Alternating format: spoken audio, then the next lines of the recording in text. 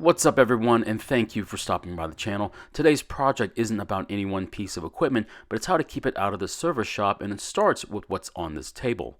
Let's take a good look at them, find out what could go wrong with them, and hopefully we never have to fix our equipment because of them.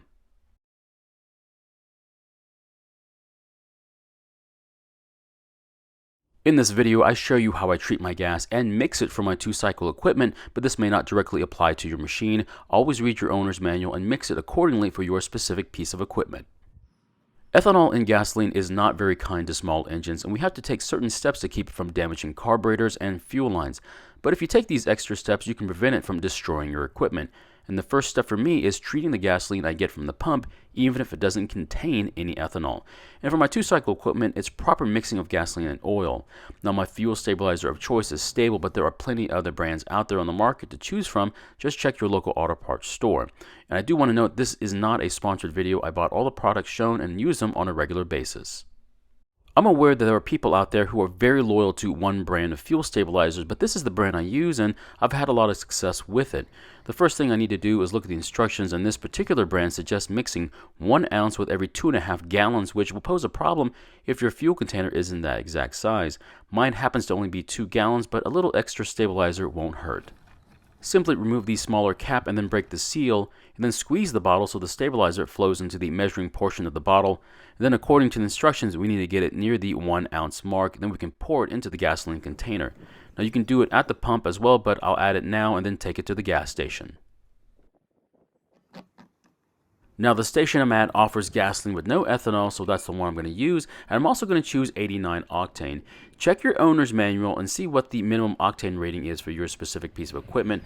Now at this moment there's a price difference of 60 cents per gallon for the cheaper 87 octane ethanol gasoline and what I'm using, but when you're only using 5 to 10 gallons a year for your lawn equipment, that's simply not a big enough difference in price to risk hurting your engine. Now that our gasoline is stabilized, we can now mix our fuel for our 2-cycle equipment. I've got either a bottle of mid-priced full synthetic 2-cycle oil or a much cheaper synthetic blend that's pre-measured to mix with a gallon of gasoline. However, our 1-gallon fuel container isn't empty, so the big question is, how do you mix your fuel when there's still some in the tank? All the bottles that mix into a 1-gallon tank of gasoline assume that you have an empty container, but what if it's not? If you were to pour the oil into the fuel container and the rest of it with gasoline, your 40-to-1 mixture would be off. The easiest thing to do would be just empty the fuel out of the container into a piece of equipment and then pour the 2.6 ounce bottle of oil into the empty container, followed by 1 gallon of gasoline. So here's how I deal with the problem. I mix a smaller quantity. Instead of a gallon container, I use this 40-ounce glass jar, and since it's only 40 ounces, it makes the math a lot easier. I also use a 2-cycle oil that comes with a measuring portion and squeeze 1 ounce into it and then pour it into the jar and then fill it all the way up near the top with gasoline. This is about the easiest way I can do this job without doing any real math. So what if I wanted to fill the 1-gallon container with mixed gas? Well, I would do this job about 3 times while pouring it into the container. The only other reason I like using the glass jar is that I can see the color of the mixture, and even though I don't suggest mixing by color, it gives you an idea if the mixture is off. So I haven't shaken the bottle to mix all of the oil, but this is a side-by-side comparison of straight gas versus my fuel versus someone else's mixed fuel, which is extremely heavy in oil.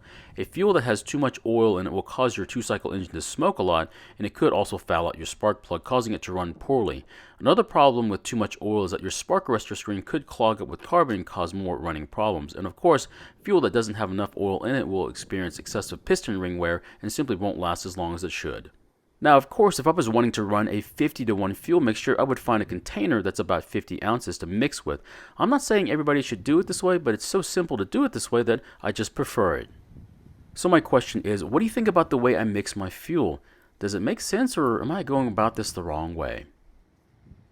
Thank you for watching. I really appreciate your time here. Please feel free to ask any questions, and I hope to see you in the next video.